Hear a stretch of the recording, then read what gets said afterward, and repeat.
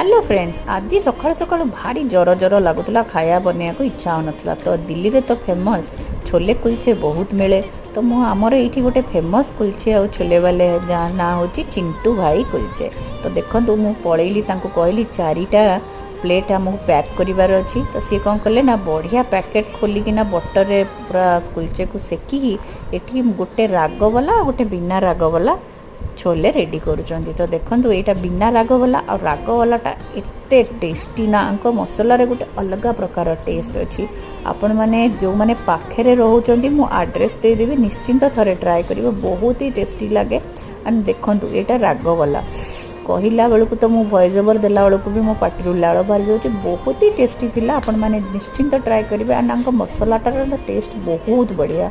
तो बस मोर थिला आज यहाँ वीडियो, सब बेले तो खाइबा वीडियो पठाऊँ, आज टे किसी अलग थिला।